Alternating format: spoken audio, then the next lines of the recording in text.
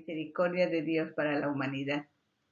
Cada miércoles es un destello de gracia para el grupo Renaciendo, pues nos agrada tanto ser parte de la audición de Ventana Virtual Radio Cristiana, que nos ocupamos durante la semana para que esta presentación sea una verdadera bendición a nuestras vidas,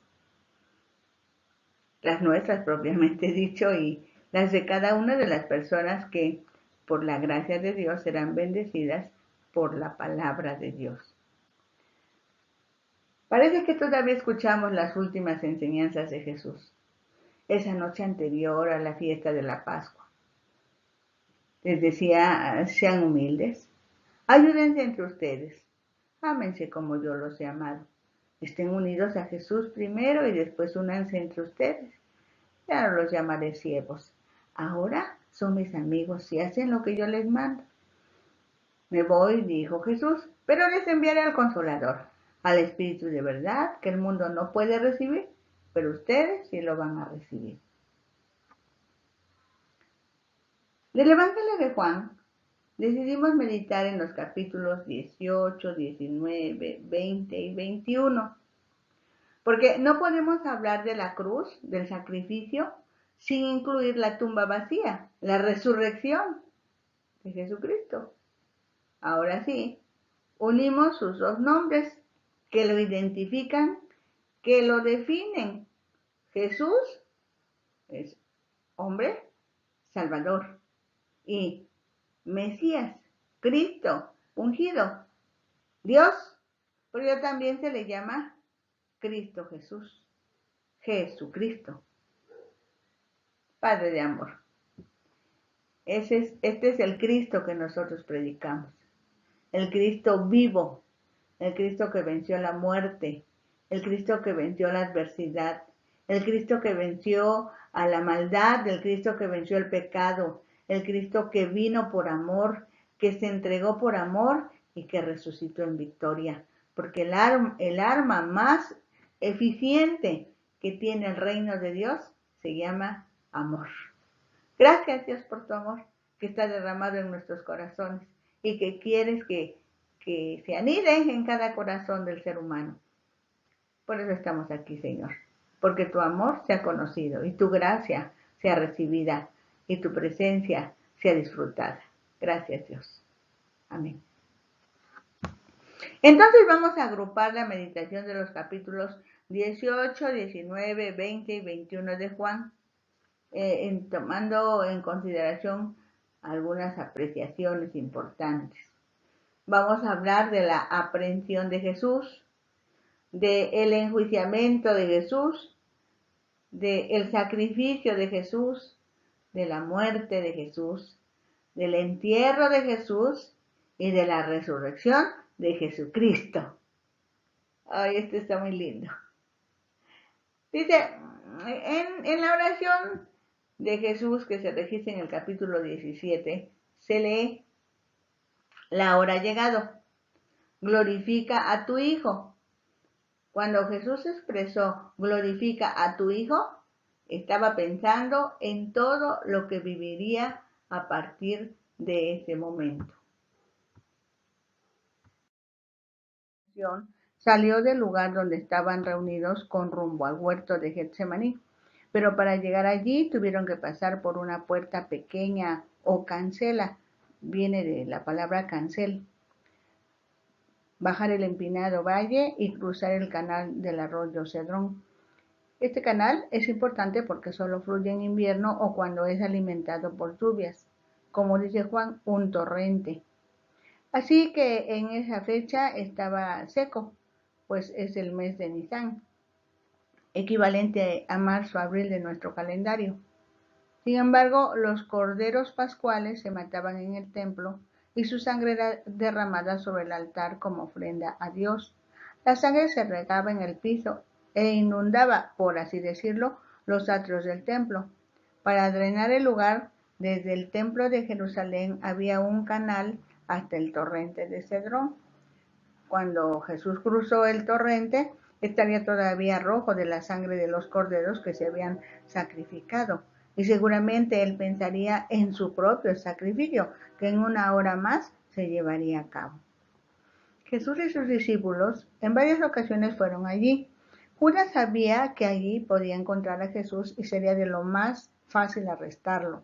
Así que llegó Judas ahí, acompañado con una tropa de soldados romanos, con guardias del templo enviados por los sacerdotes y los fariseos. Llevaban armas, lámparas y antorchas. Una pregunta obligada es, aproximadamente, ¿cuántas personas fueron a arrestar a Jesús? Comparto un comentario, dice la fuerza que se movilizó para arrestar a Jesús. Juan dice que era una compañía de soldados, además de algunos agentes de los principales sacerdotes y de los fariseos. Esos agentes pertenecerían a la policía del templo. Las autoridades tenían una especie de cuerpo de policía privada para mantener el orden en el templo, y el Sanedrín también tenía guardias a sus órdenes. Los agentes, por tanto, serían policías judíos, pero también había una compañía de soldados romanos. La palabra es espeira, que si se usa correctamente y estamos en lo cierto, puede tener varios significados, pero uno de los más atinados para este momento sería el de manípulo, que es cada una de las 30 unidades tácticas en que se dividía la antigua legión romana, que estaría formada por 200 hombres. Aunque tomemos la palabra en este último sentido, ¿qué expedición se mandó para arrestar a un carpintero galileo desarmado? ¿Qué importancia le daban al poder de Jesús cuando las autoridades decidieron arrestarle? Por decir así, mandaron un ejército. Valientemente, cuando Jesús los vio venir, salió y los enfrentó diciendo, ¿a quién buscan? A Jesús de Nazaret, respondieron ellos. Jesús les dijo, yo soy. Los soldados y los guardias del templo cayeron de espaldas al suelo. Ahí quedó demostrada la autoridad de Jesús, que estaba sobre la autoridad de los soldados romanos, de los guardias del templo y de los mismos fariseos. Entonces Jesús volvió a preguntarles, ¿a quién buscan? A Jesús de Nazaret, respondieron de nuevo. Ya les dije que yo soy, contestó Jesús. Si es a mí a quien buscan, dejen ir a mis seguidores. Esto sucedió para que se cumpliera lo que el mismo Jesús había dicho, no se perdió ninguno de los que me diste. En acto de valentía, sin medir las consecuencias, Pedro se enfrenta a esa agrupación y le cortó la oreja derecha a Malco, que era sirviente del sumo sacerdote. Pero Jesús le dijo a Pedro, guarda tu espada. Si mi Padre me ha ordenado que sufra, ¿acaso crees que no estoy dispuesto a sufrir? A eso se refiere cuando habla de la copa en otros evangelios. Una vez que lo toman preso, en un horario indebido, inicia el juicio al que fue sometido el Señor Jesús, que podemos resumir en los siguientes pasos.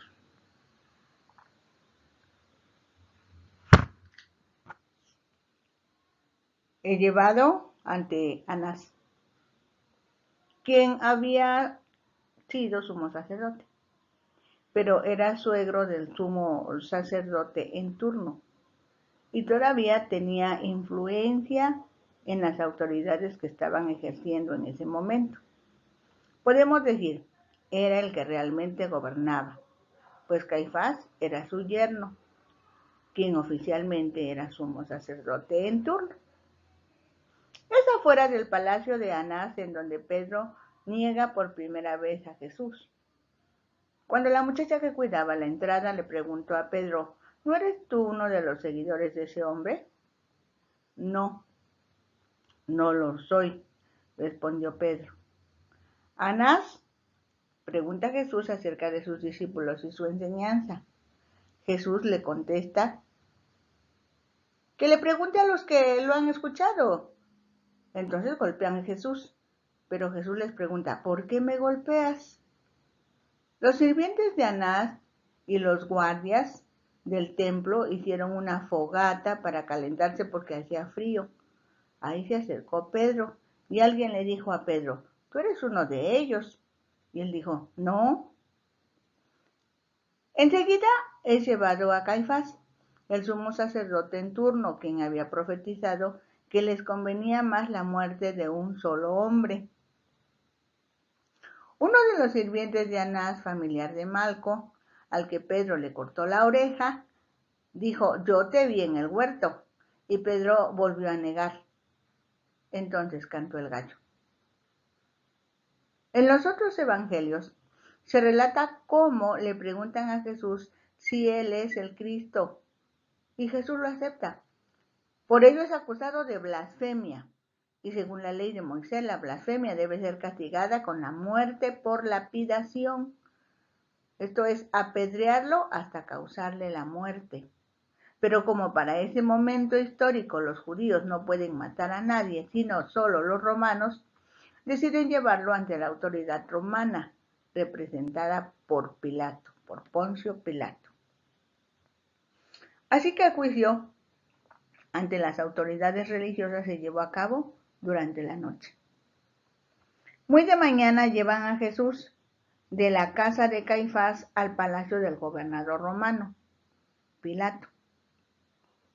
¿Quiénes lo llevan? Los jefes de los judíos y todo el pueblo, pero los jefes de los judíos no entraron en el palacio para no contaminarse. De lo contrario, no podrían tomar la cena de la Pascua. Del encuentro con Pilato destacamos: interroga Pilato: ¿de qué acusan a este hombre? A lo que responden: es un criminal. Pilato contesta: ustedes júzguenlo. Pero ellos respondieron: nosotros no tenemos autoridad para enviar a nadie a la muerte. Recordemos que Jesús ya le había dicho a Nicodemo, según el capítulo 3 y los versículos 14 y 15 de Juan: y como Moisés levantó la serpiente en el desierto, así es necesario que el Hijo del Hombre sea levantado, para que todo aquel que en él cree no se pierda, mas tenga vida eterna. En otra ocasión, que se registra en Juan 12:32, el Señor Jesús también había dicho que cuando fuera levantado, elevado, es decir, crucificado, atraería así a toda la humanidad. Si había de cumplirse la profecía de Jesús, tenía que ser crucificado, no apedreado, y por tanto, aun aparte del hecho de que la ley romana no permitía que los judíos ejecutaran la sentencia de muerte, Jesús tenía que recibir la muerte romana porque tenía que ser levantado, elevado. Entonces, no se nos debe olvidar. Pilato le pregunta a Jesús: ¿acaso eres tú el rey de los judíos? Jesús le contestó con otra pregunta: ¿se te ocurrió a ti esa idea o alguien te ha hablado de mí? Pilato le pregunta a Jesús: ¿qué fue lo que dijiste? Jesús le respondió: yo no soy como los reyes de este mundo. Entonces, si eres rey, replicó Pilato, si eres rey, ¿verdad? Y Jesús le contestó: si tú lo dices. Yo, por mi parte, vine al mundo para hablar acerca de la verdad. Y todos los que conocen y dicen la verdad me escuchan. ¿Y qué es la verdad?, preguntó Pilato. Después de esto, Pilato regresó a donde estaba la gente y le dijo: no encuentro ninguna razón para castigar a este hombre. Pilato ofreció a la multitud que, según la costumbre, se liberaba a un reo en esas fechas, entonces que podía liberar a Jesús, ya que no encontraba razón para matarlo. A lo que contestaron: no, a ese no, deja libre a Barrabás. Pero Barrabás era ladrón. Era la tercera vez que Pilato intentaba convencer a la multitud que Jesús no era digno de muerte. Uno de los problemas que surge en este capítulo es la cronología de eventos. Juan ubica el asunto de que Pilato ordenó azotar a Jesús antes de la sentencia de muerte. Parece que Lucas, en su capítulo 23 y los versículos 16 y 22, está de acuerdo con Juan. nos informa que Jesús no fue azotado como preparación para la crucifixión, sino que representa el intento de Pilato de librarlo de la demanda de los judíos de que fuera crucificado. Mientras que Mateo y Marcos aparentemente la ubican después como parte normal de la preparación para la crucifixión. La cronología de Juan parece representar correctamente la secuencia de eventos. Quiere decir, todavía no estaba sentenciado y ya lo mandó a azotar Pilato. Era un castigo terrible.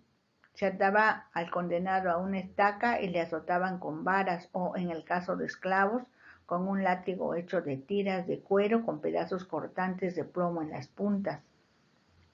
Jesús sufrió tanto en este castigo que no podía cargar su cruz. Quizás murió rápido en la cruz debido en parte a lo mismo, pues en algunas ocasiones el castigo era tan severo que los condenados morían antes de ser crucificados. En una manera cruda y cruel, los soldados se entretenían burlándose del Hijo de Dios. Aparentemente esto tuvo lugar dentro del pretorio. El pretorio es el palacio ocupado por Poncio Pilato en Jerusalén. Seguramente ellos oyeron las palabras de Pilato refiriéndose a Jesús como el rey de los judíos y aprovechan este título como motivo de burla. No se sabe de qué planta obtuvieron las ramas con espinas para entretejer la corona. El término griego que se traduce corona aquí proviene del nombre Esteban y se refiere a una corona de victoria en vez de una corona real. No se sabe si los soldados le pusieron la corona como instrumento de tortura o si tenía el significado de victoria como burla de uno vencido. El manto de púrpura, color real, indicaría la intención de burlarse de él por pretender ser rey. Mateo y Marcos describen el acto burlón en que los soldados se arrodillaron ante él y escupieron sobre él, dándole bofetadas. Este trato humillante viene a ser una parte de lo que Pedro describe al decirse de lo que Pablo dice, se humilló a sí mismo, haciéndose obediente hasta la muerte. En todo este proceso no hay evidencia de que Jesús se haya quejado ni resistido.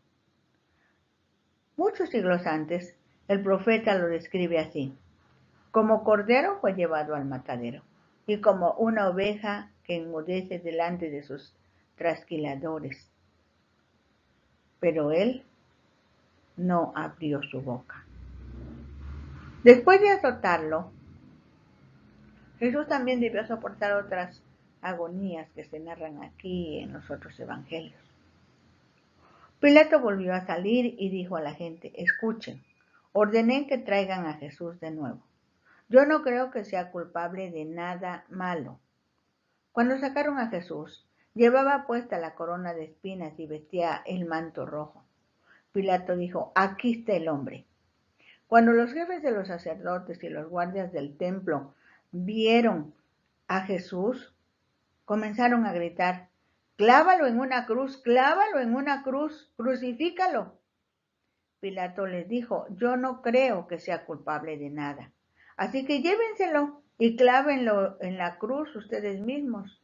La gente respondió: de acuerdo a nuestra ley, este hombre tiene que morir porque dice ser el Hijo de Dios. Cuando Pilato oyó lo que decían, sintió miedo, mucho miedo. Volvió a entrar en el palacio, llamó a Jesús y le preguntó: ¿de dónde eres? Pero Jesús no le contestó. Entonces Pilato dijo: ¿no me vas a contestar? ¿Acaso no sabes que tengo poder para mandar que te dejen libre o para que mueras clavado en la cruz? Jesús le respondió: no tendrías ningún poder sobre mí si Dios no te lo hubiera dado. El hombre que me entregó es más culpable de pecado que tú. A partir de ese momento, Pilato buscó la manera de dejar libre a Jesús, pero la gente gritó: si dejas libre a ese hombre, no eres amigo del emperador romano. Cualquiera que quiera hacerse rey es enemigo del emperador. Al oír esto, Pilato mandó que sacaran a Jesús del palacio. Luego se sentó en el asiento del tribunal en un lugar llamado Gabatá, que en hebreo significa el empedrado. Faltaba un día para la fiesta de la Pascua y eran como las 12 del día. Entonces Pilato dijo a los judíos: aquí tienen a su rey. Pero la gente gritó: clávalo en una cruz, clávalo en una cruz. Pilato les preguntó: ¿de veras quieren que mate a su rey? Y los sacerdotes principales le respondieron: nosotros no tenemos más rey que el emperador de Roma. Finalmente, la verdad salió a la luz. Los líderes religiosos querían matar a Jesús, así que no llevaron a Jesús ante Pilato por causar una rebelión contra Roma, sino porque pensaban que había quebrantado sus leyes religiosas. Para ellos, cuando Jesús aceptó que Él era el Cristo, el Hijo del Dios viviente, estaba diciendo que Él es Dios, y como no le creían, para los judíos eso era una mentira en la categoría de blasfemia, uno de los delitos más serios en la ley judía que merecía la pena de muerte. Acusar a Jesús de blasfemia daría credibilidad a su caso ante los ojos de los judíos. Pero si esa acusación no surtía los efectos esperados, sobre todo frente a los romanos, que poco o nada les importaba la ley de los judíos, acusar a Jesús de traición daría credibilidad a su caso ante los ojos de los romanos. Así que para los líderes de los judíos les daba igual que Pilato escuchase una acusación u otra, con tal de que cooperase con ellos en matar a Jesús, pues ese era su objetivo. Entonces Pilato les entregó a Jesús para que lo mataran en una cruz, y ellos se lo llevaron. En el versículo 14, Juan menciona el día de la preparación de la Pascua y también la hora, como la hora sexta, las 12 del día, según nuestro reloj, debido a que para él, para Juan, la relación de la muerte de Jesús con la Pascua judía era significativa.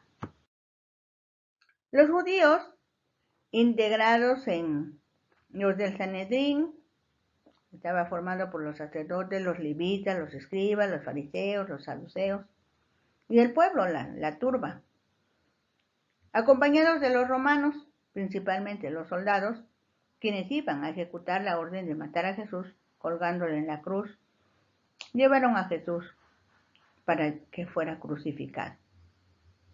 La crucifixión no era el método de ejecución que se seguía en Roma, pero sí en las provincias, aunque solo se solía aplicar a los esclavos. Era inconcebible que se le aplicara esa muerte a un ciudadano romano. No, los romanos no podían morir así. Los judíos, pero que fueran esclavos y que fueran los que estuvieran al frente de una sedición, que fueran gente malvada. ¿Y qué podía decirse de crucificarle? O sea, crucificarle. Era una acción muy, muy horrible. No se podría describir con palabras porque no tiene calificativo. Fue esa muerte, la más terrible del mundo antiguo, reservada para esclavos y criminales, la que sufrió Jesús. La rutina de la crucifixión era que después de celebrarse el juicio y de ser condenado el criminal, el juez pronunciaba la terrible sentencia: ir hasta la cruz. El veredicto se llevaba a cabo inmediatamente. Se ponía al condenado en medio de una compañía de 4 soldados, se le colocaba el travesaño de la cruz sobre los hombros. Era costumbre azotarle antes y era corriente que hubiera que seguir azotándole a lo largo del camino para que siguiera adelante o se levantara si se caía, hasta que llegara al lugar de la ejecución. Delante de él iba un oficial con el cartel en el que se podía leer el crimen por el que se le había condenado, y se le conducía pasando por el mayor número posible de calles. Esto se hacía por 2 razones. La primera, para que el mayor número posible de personas lo vieran y tomaran ejemplo. Pero también por una razón más humana. Se llevaba el cartel delante del condenado por la ruta más larga para que si alguien podía dar testimonio a su favor, saliera a hacerlo. En tal caso, se detenía la comitiva y se devolvía el caso al tribunal. El lugar de ejecución en Jerusalén se llamaba el lugar de la calavera, del griego cranion, en hebreo Gólgota, o Calvario es la palabra latina con el mismo significado. Estaba fuera de la muralla porque no era legal crucificar a nadie dentro de los límites de la ciudad. No se sabe con absoluta certeza dónde estaba. En la ley romana, el cuerpo no se enterraba, sino se dejaba a los buitres y a los animales para que acabaran con él. Pero eso habría sido algo ilegal para los judíos. Jesús, cargando su cruz, salió, destrozado y sangrante, con la espalda rasgada en tiras por los azotes, hasta el lugar donde había de morir. Y allí le crucificaron, y con él a otros dos, uno a cada lado y Jesús en medio. Las cruces y los métodos de crucifixión variaban. A Jesús lo clavaron en la cruz, a otros simplemente los amarraban con sogas. La muerte llegaba por sofocación, debido a que el peso del cuerpo impedía la respiración normal a medida que la víctima perdía energía.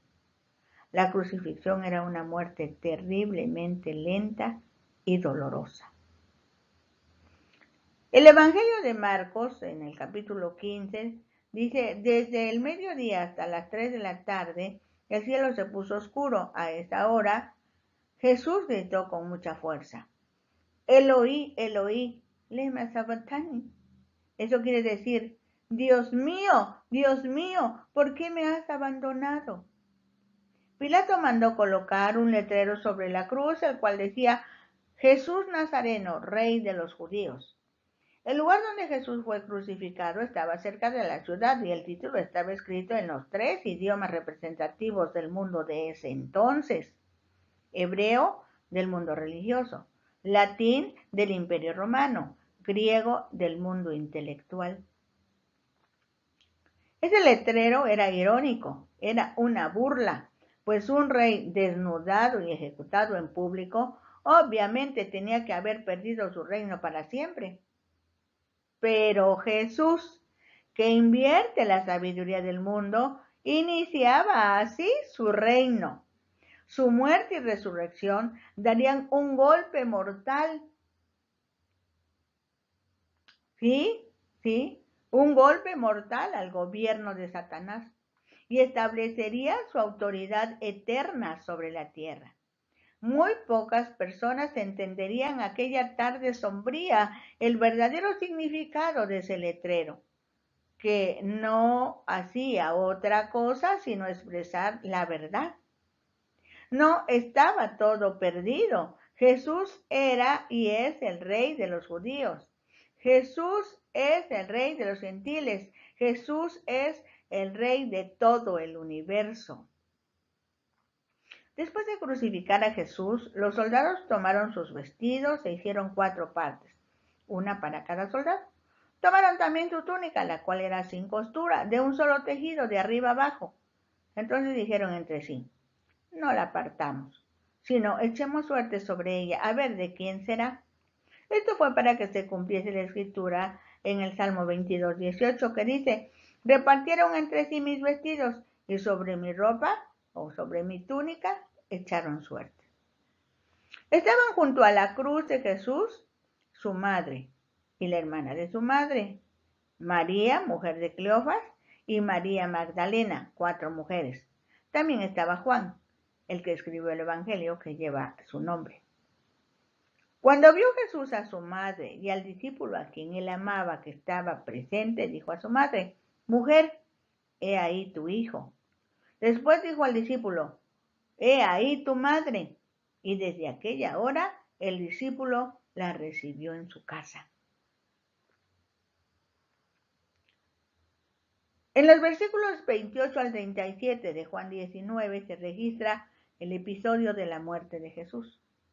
Jesús sabía que ya había hecho todo lo que Dios le había ordenado. Por eso, y para que se cumpliera lo que dice la Biblia, expresó: tengo sed. Para demostrar su necesidad humana, lo dijo. porque Jesús fue humano hasta el final. Había allí un jarro lleno de vinagre, entonces empaparon una esponja en el vinagre, la ataron a una rama y la acercaron a la boca de Jesús.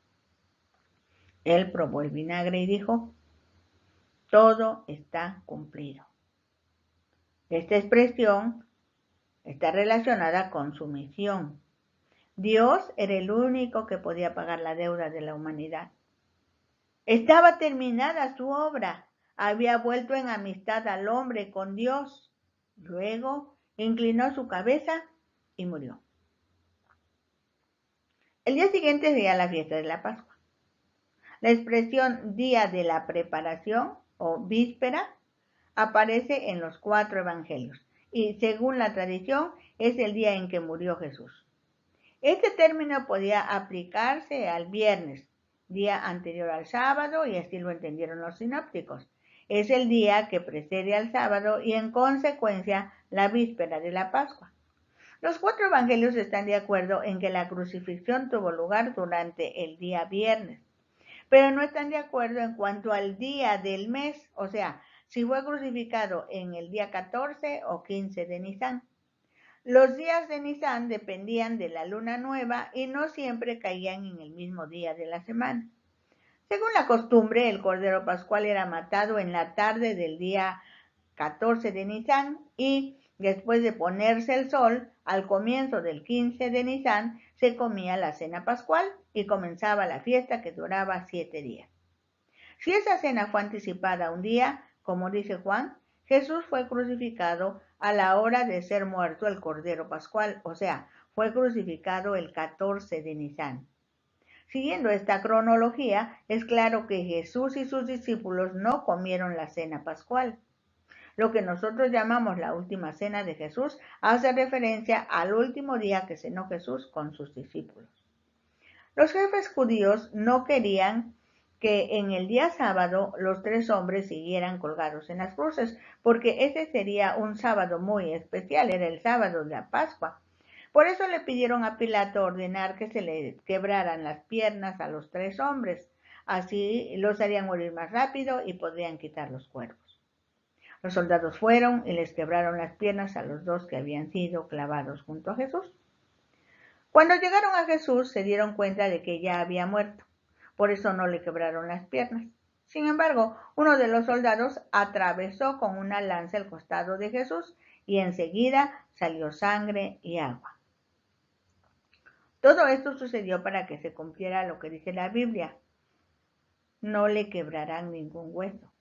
En otra parte, la Biblia también dice: mirarán al que atravesaron con una lanza.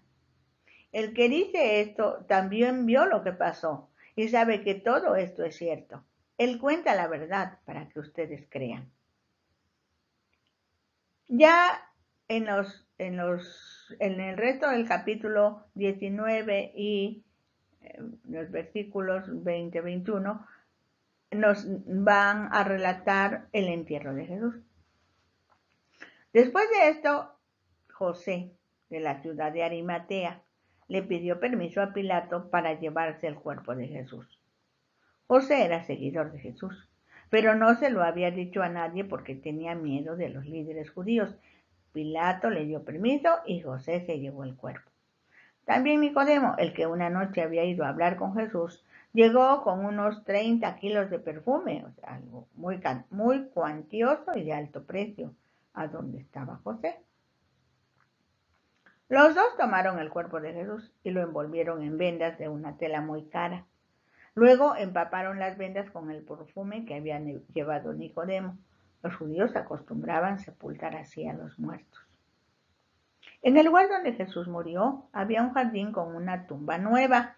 Allí no habían puesto a nadie todavía.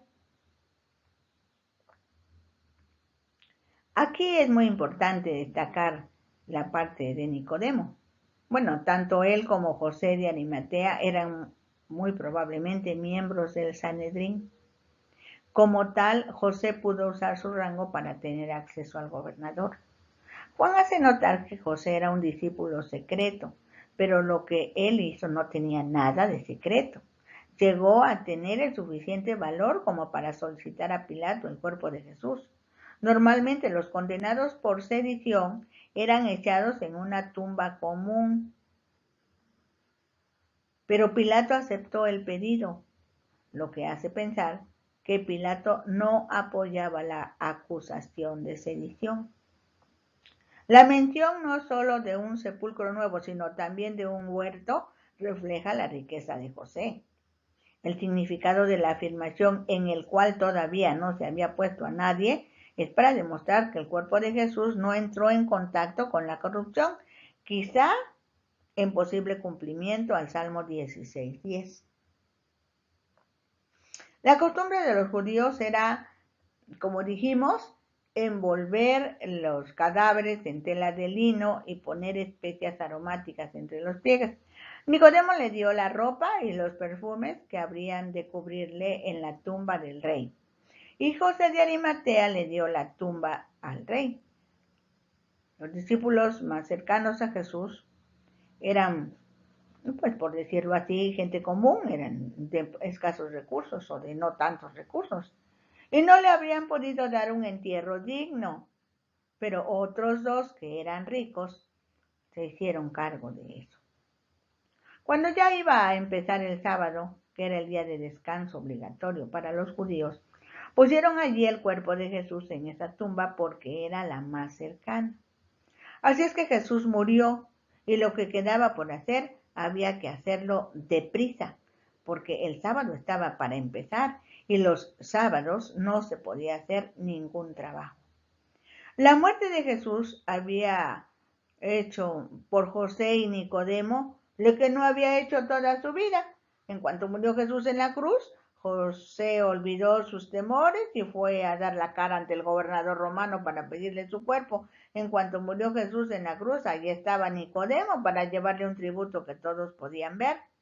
La cobardía, la vacilación, la prudente reserva se habían acabado. Los que habían tenido miedo cuando Jesús estaba vivo se declararon por él de una manera que todos podían ver tan pronto como murió. No hacía ni una hora que había muerto cuando empezó a cumplirse su profecía. En cuanto a mí, cuando sea levantado de la tierra, atraeré a mí a toda la humanidad. Puede ser que la ausencia o el silencio de Nicodemo y José en el Sanedrín causaran dolor a Jesús, pero seguro que como se desembarazaron de sus temores después de la cruz, seguramente que le alegraron el corazón al comprobar que el poder de la cruz había empezado a obrar maravillas y ya estaba trayendo a las personas hacia él. El poder de la cruz entonces estaba transformando a los cobardes en héroes y a los vacilantes en personas que se decidían por Cristo. No podíamos dejar este pasaje, los capítulos últimos de Juan 20 y 21, porque quedaría incompleto el mensaje. Dice la Biblia que el primer día de la semana, María Magdalena fue de mañana, siendo aún oscuro, al sepulcro, y vio quitada la piedra del sepulcro. Recordemos que durante la crucifixión estuvieron presentes 4 mujeres, pero solo María Magdalena fue de mañana, siendo aún oscuro, según el Evangelio de Juan. Fue al sepulcro. Si alguno de ustedes quiere saber por qué María Magdalena fue al sepulcro, quizá como yo tengan esa pregunta. Revisando los otros evangelios, en Lucas 8:2 encontramos una explicación que nos satisface. Dice, y algunas mujeres que habían sido sanadas de espíritus malignos y de enfermedades, María, la llamada Magdalena, de la que habían salido 7 demonios.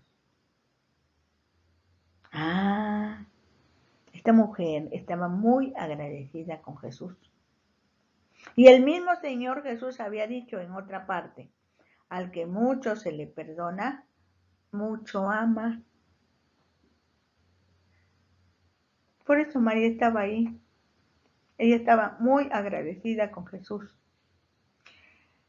Dice la Escritura que corrió y fue a Simón Pedro y al otro discípulo, aquel al que amaba Jesús, y les dijo, se han llevado del sepulcro al Señor y no sabemos dónde le han puesto. Y salieron Pedro y el otro discípulo y fueron al sepulcro. Corrían los dos juntos, pero el otro discípulo corrió más aprisa que Pedro y llegó primero al sepulcro. Y bajándose a mirar, vio los lienzos puestos allí, pero no entró. Luego llegó Simón Pedro tras él y entró en el sepulcro y vio los lienzos puestos allí y el sudario que había estado sobre la cabeza de Jesús, no puesto con los lienzos, sino enrollado en un lugar aparte. Entonces entró también el otro discípulo que había venido primero al sepulcro y vio y creyó, porque aún no habían entendido de escritura que era necesario que él resucitase de los muertos. Y volvieron los discípulos a los suyos. O sea, Pedro y Juan se regresaron, como pues ya no está el Señor. Pero María estaba afuera llorando junto al sepulcro, quiere decir, se regresó, vino tras ellos y ella se quedó llorando junto al sepulcro y mientras lloraba se inclinó para mirar dentro del sepulcro y vio a dos ángeles con vestiduras blancas que estaban sentados, el uno a la cabecera y el otro a los pies, donde el cuerpo de Jesús había sido puesto. Y le dijeron, mujer, ¿por qué lloras? Les dijo, porque se han llevado a mi Señor y no sé dónde le han puesto. Cuando había dicho esto, se volvió y vio a Jesús que estaba allí, mas no sabía que era Jesús, no lo pudo reconocer. Jesús le dijo, mujer, ¿por qué lloras? ¿A quién buscas? Ella, pensando que era el hortelano, le dijo, Señor, si tú te lo has llevado, dime dónde lo has puesto, y yo lo llevaré. Jesús le dijo, María. Volviéndose ella, le dijo, Raboni, ¿qué quiere decir maestro? Jesús le dijo, no me toques, porque aún no he subido a mi Padre. Ve a mis hermanos y diles, subo a mi Padre y al Padre de ustedes, a mi Dios y al Dios de ustedes. Fue entonces cuando María Magdalena fue a dar las buenas nuevas a los discípulos de que había visto al Señor y que Él ya había dicho estas cosas. Cuando llegó la noche de aquel mismo día, el primero de la semana, estando las puertas cerradas en el lugar donde los discípulos estaban reunidos por miedo de los judíos, vino Jesús y puesto en medio les dijo, paz a vosotros. Y cuando les hubo dicho esto, les mostró las manos y el costado, y los discípulos se regocijaron viendo al Señor. Entonces Jesús les dijo otra vez, paz a vosotros. Como me envió el Padre, así también yo os envío. Y habiendo dicho esto, sopló y les dijo, recibid el Espíritu Santo. A quienes remitieres los pecados les son remitidos, y a quienes se los retuvieres les son retenidos. Esta expresión se usa mucho fuera de contexto. Realmente lo que el Señor está diciendo es, ustedes van en mi nombre, llevan el mensaje, la gente va a decidir si me reciben o no, y cuando ellos me reciban, entonces confesarán sus pecados y van a ser perdonados. Y si no, pues entonces, si ellos no me reciben, pues sus pecados no pueden ser perdonados. Tomás, uno de los 12 discípulos al que le decían el gemelo, no estaba con nosotros cuando Jesús se les apareció. Cuando Tomás llegó, los otros discípulos le dijeron, hemos visto al Señor, pero él les contestó, no creeré nada de lo que me dicen hasta que vea las marcas de los clavos en sus manos y meta mi dedo en ellas y ponga mi mano en la herida de su costado. 8 días después, los discípulos estaban reunidos otra vez en la casa. Tomás estaba con ellos. Las puertas de la casa estaban bien cerradas, pero Jesús entró y se puso en medio de ellos y los saludó, diciendo, que Dios los bendiga y les dé paz. Luego le dijo a Tomás, mira mis manos y mi costado, y mete tus dedos en las heridas, y en vez de dudar, debes creer. Tomás contestó, tú eres mi dueño y Señor. Jesús le dijo, ¿creíste porque me viste? Felices los que confían en mí sin haberme visto. Gracias a Dios porque tú y yo somos de ese grupo. Ahora no vemos a Jesús, no hemos visto sus manos. Jesús ya no está aquí. pero creímos porque Él nos dio fe. Delante de sus discípulos Jesús hizo muchas otras cosas que no están escritas en este libro. Pero las cosas que aquí se dicen se escribieron para que ustedes crean que Jesús es el Mesías, el Hijo de Dios, y para que así, por medio de su poder, reciban la vida eterna. La clave en el Evangelio de Juan es cree, fe, cree, ten confianza, cree, acepta, cree, decídete. Eso es lo que el Señor quiere. Poco tiempo después, Jesús se apareció a los discípulos a la orilla del lago de Tiberias, o también llamado Mar de Galilea o Lago de Galilea, de Genezaret, de Cineret. El primero y el más sencillo propósito de esta historia es dejar bien clara la realidad de la resurrección. El Señor resucitado no era una visión, ni la fantasía de ninguna imaginación exaltada, ni la aparición de un fantasma. Era Jesús que había conquistado la muerte y había vuelto vencedor. Así que por eso era necesario este relato que Juan parece que agrega al final. Esto fue lo que sucedió. Estaban juntos Simón Pedro, Tomás el gemelo, Natanael, que era del pueblo de Caná de Galilea, Santiago y Juan, los hijos de Zebedeo, y otros 2 discípulos de Jesús, 7 en total.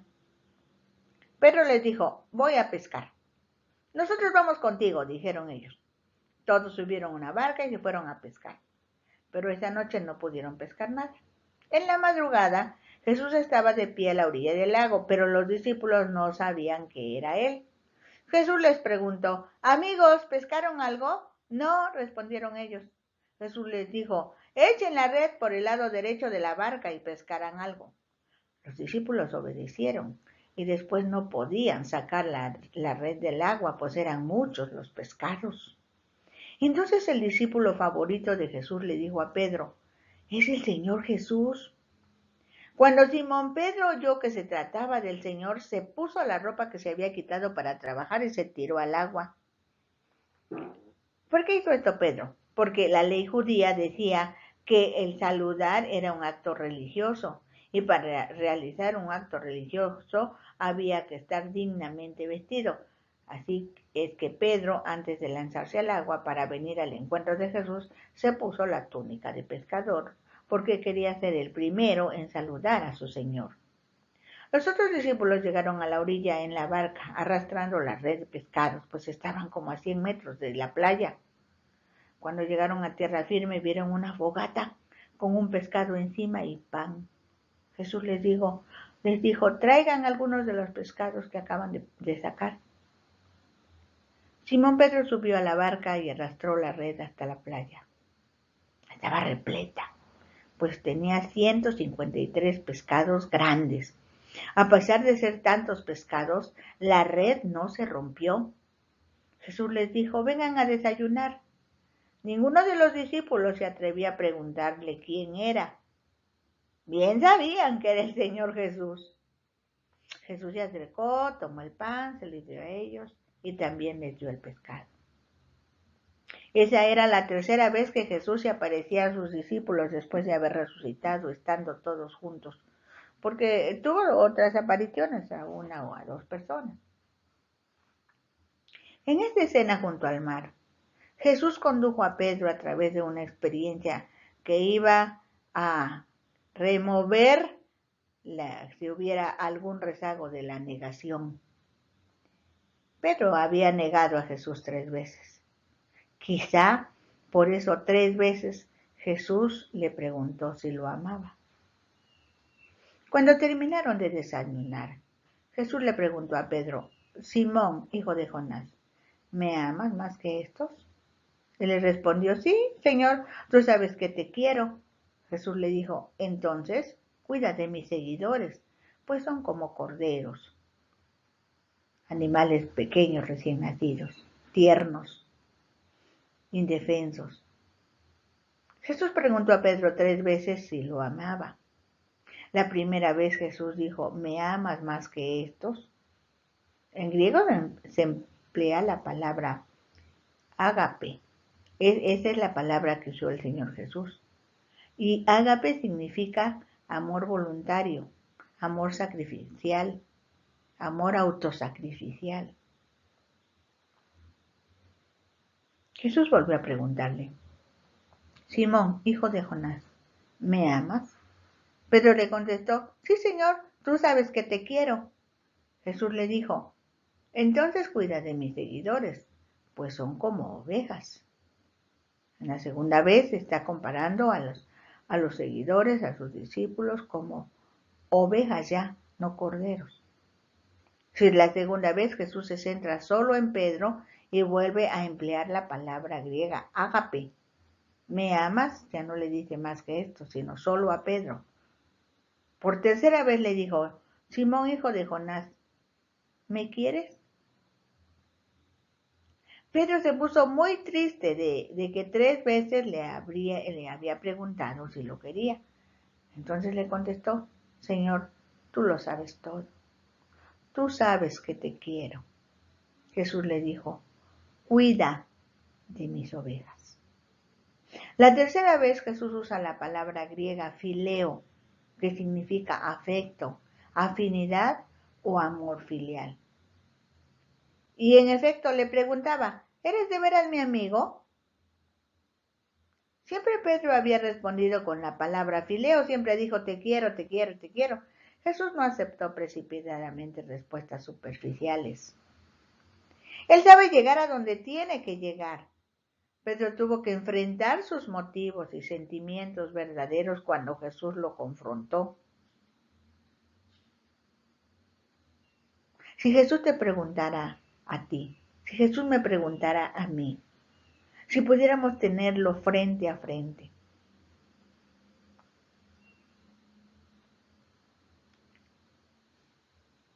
¿sí lo amamos? ¿Cuánto lo amamos? ¿Cómo demostramos nuestro amor al Señor? Pedro contestó afirmativamente, le dijo: tú sabes todas las cosas. Jesús entonces le dijo que debía apacentar, cuidar a los corderos, a las ovejas. Cuando eras joven te vestías e ibas a donde querías. Pero te aseguro que cuando seas viejo, extenderás los brazos y otra persona te vestirá y te llevará a donde no quieras ir. Jesús se refería a cómo Pedro iba a morir y cómo de esa manera iba a honrar a Dios. Después Pedro le dijo a Pedro: sígueme. Una cosa es decir que amas a Jesús, pero otra es que la verdadera prueba radica en la disposición para servirle. Pedro se arrepintió y ahora Jesús le pide que dedique su vida. La vida de Pedro cambió cuando al fin supo quién era Jesús, porque lo confrontó. Su ocupación cambió de pescador a evangelista. Su identidad cambió de impetuosa a roca, y por eso su relación con Jesús fue transformada. Era perdonado y comprendió el significado de las palabras de Jesús acerca de su muerte y su resurrección. De hecho, si recordamos, desde que Jesús y Pedro se encontraron, Jesús le dijo: Simón, hijo de Jonás, tú eres Pedro, tú eres Simón, pero serás llamado Pedro. O sea, te voy a transformar. ¿Y sí? La tradición indica que a Pedro lo crucificaron por su fe con la cabeza para abajo, porque no consideró digno de morir como su Señor. A Pedro lo crucificaron por su fe con la cabeza para abajo, sin tomar en cuenta lo que su futuro le deparaba. Jesús dijo a Pedro que lo siguiera. Yo digo que sí lo tomó en cuenta el Señor Jesús. O sea, sí, Jesús sí sabía lo que le esperaba a Pedro. Por eso le dijo: sígueme. Podemos estar seguros de que Dios tiene el control y seguirle con fe. El discípulo amado de Jesús estaba siguiendo a Jesús y a Pedro.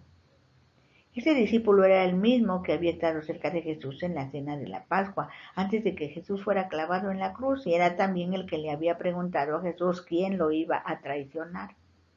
Cuando Pedro lo vio, le preguntó a Jesús: Señor, ¿qué va a pasar con este? Jesús le contestó: si yo quiero que él viva hasta que yo regrese, ¿qué te importa a ti? Tú sígueme.